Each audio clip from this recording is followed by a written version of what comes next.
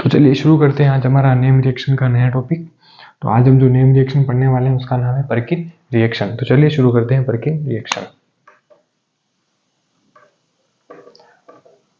परकिन reaction, ठीक है। देखिए परकिन रिएक्शन के जो रिएक्टेंट होगा वो क्या होगा हमारा एरोमेटिक एल्डिहाइड, ठीक है। किसके साथ रिएक्शन करेगा with reaction acetic anhydride Ac2O, इसको मैं शॉर्ट फॉर्म में लिख रहा हूँ Ac2O, और विथ सोडियम एसिटेट यानी कि ACONO, इसके साथ में रिएक्शन करता है और क्या फॉर्म करता है सिनेमिक एसिड। सिनेमिक एसिड का फॉर्मूला मैं बताता हूँ आपको, सिनेमिक एसिड, ठीक है। इसको मैं इस तरह से लिख देता हूँ, ये हमारा एरोमेटिक एल्डिहाइड, ठीक है।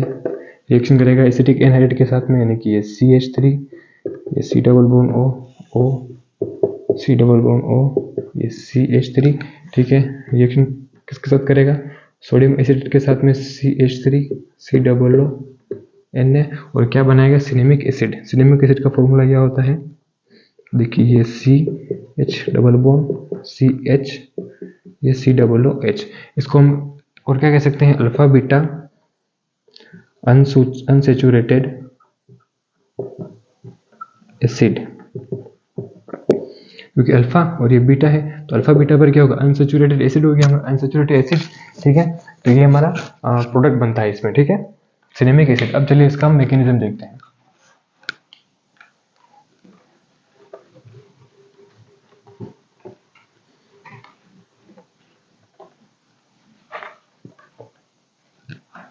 चलिए इसका शुरू करते हैं मैकेनिज्म। मैकेनिज्म में देखिए क्या होगा, पहले हमारा जो ये सोडियम एसिटेट होगा, ये जो हमारा सॉल्ट है, ये क्या है हमारा सॉल्ट ही है, ठीक है।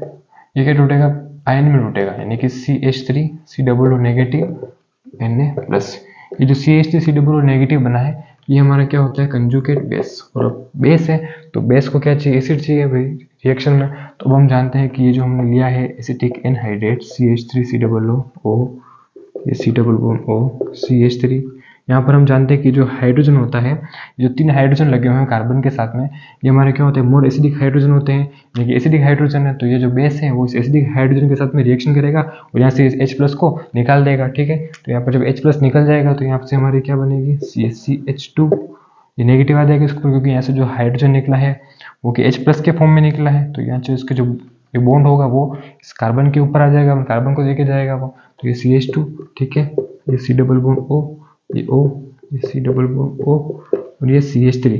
जरूरी नहीं कि यहाँ पर ही अटैक करे, यहाँ पर भी अटैक कर सकता है, ये भी हमारा एसिडिक हाइड्रोजन ही है, ठीक है। अभी हमारा क्या बन गया न्यूक्लियोफाइल बन गया।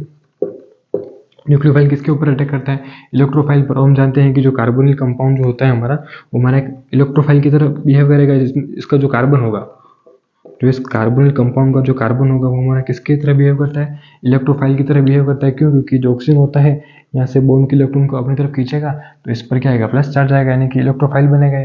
तो इस इलेक्ट्रोफाइल पर कौन अटैक कर जाएगा, ये हमारा न्यूक्लियोफाइल अटैक कर जाएगा, ठीक है। तो यहाँ से क्या बनेगा ये C6H5C, ये ऑक्सीजन के ऊपर नेगेटिव आया, ठीक है, और ये H, और यहाँ से CH2 ने अटैक किया इसके ऊपर, ये CH2, ये C double bond O, C double bond O, और ये CH3, ठीक है।